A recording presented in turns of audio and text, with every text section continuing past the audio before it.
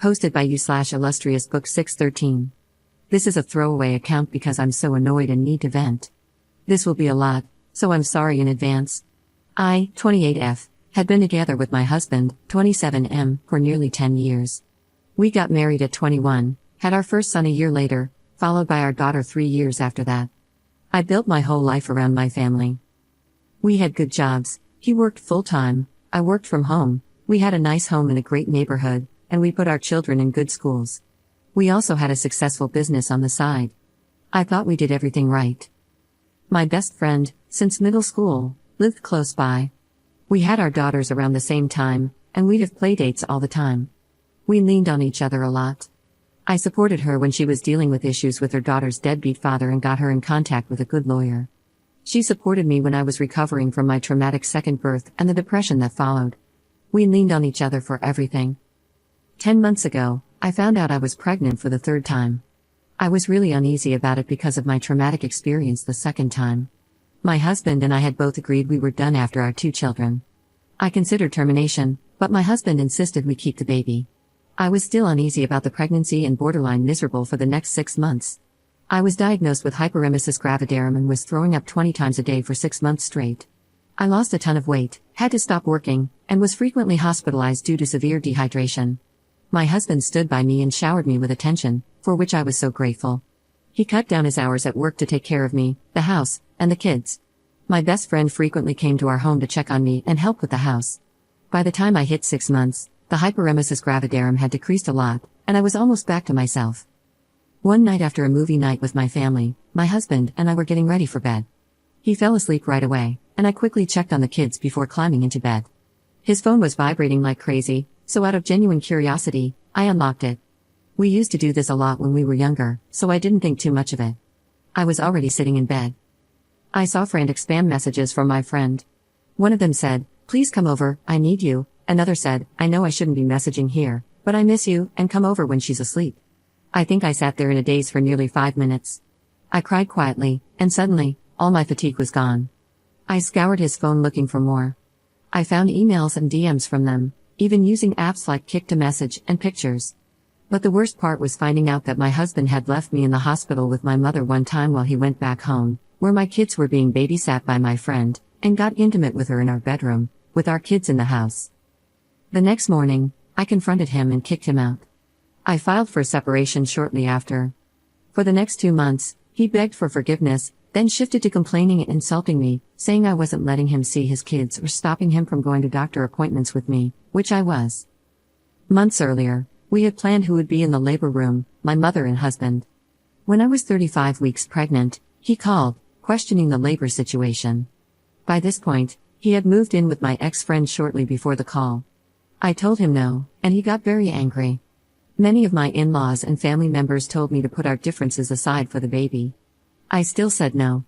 I gave birth to my son with my mother and sister present, and didn't regret my decision at all. After my second traumatic birth, I just wanted to make sure this one was as stable as possible, which it was. We were going to name our child after his father, who had passed away. I initially agreed to make him happy but later changed my mind and picked a name I had always loved since childhood. This aggravated him even more. Am I wrong for doing that? I'm being guilt-tripped by so many people right now. All I want is for everyone to leave me alone so I can focus on being with my kids. Edit. Just wanted to add that I do let him see the kids, that would be crazy if I didn't. My children love their dad, I just have certain boundaries now that we're not together, and he doesn't respect them. He gets angry and says things that are categorically untrue. He got to meet our newborn son just hours after I gave birth. Update 11 months later. So, I'm back after nearly a whole year. I completely forgot about this post because I've been so wrapped up in other things. My baby just turned 1 today, and after celebrating his birthday and Christmas with my kids, it finally hit me, this is my new reality. First off, my ex-husband and I finally went through with the divorce proceedings. I had been holding off during my pregnancy and early postpartum period to avoid added stress and to carefully plan for my children and myself. I was awarded primary physical custody of our children. Their dad visits once a week, and the 2 older kids, 7 and 4, spend every other weekend with him. My youngest will start doing the same in a couple of months, which makes me nervous. He's especially clingy with me, all my kids are, but my youngest has really only known me as the most present parent. One of the main stipulations in our custody agreement is that my ex's affair partner is prohibited from seeing the kids. My poor kids have been confused enough by their parents' sudden split, and I didn't want them even more confused by seeing their aunt, who is supposed to be mommy's best friend, with their dad. It was deemed emotionally detrimental in court. As for the baby's name, he's been so bitter about it. I think he's still annoyed. His side has been trying to convince me to change the name to something we'd both like, especially after the divorce was finalized. But it's been a year now, and the baby quite literally responds to the name I gave him, so I'm not going to change it. He was also unhappy with the child support payments, among other payments, and asked for some revisions. One main thing he wanted to change was the cost of our kids' school tuition. He pays for their tuition, which he felt was too much and too harsh. But the court stuck with the original payments.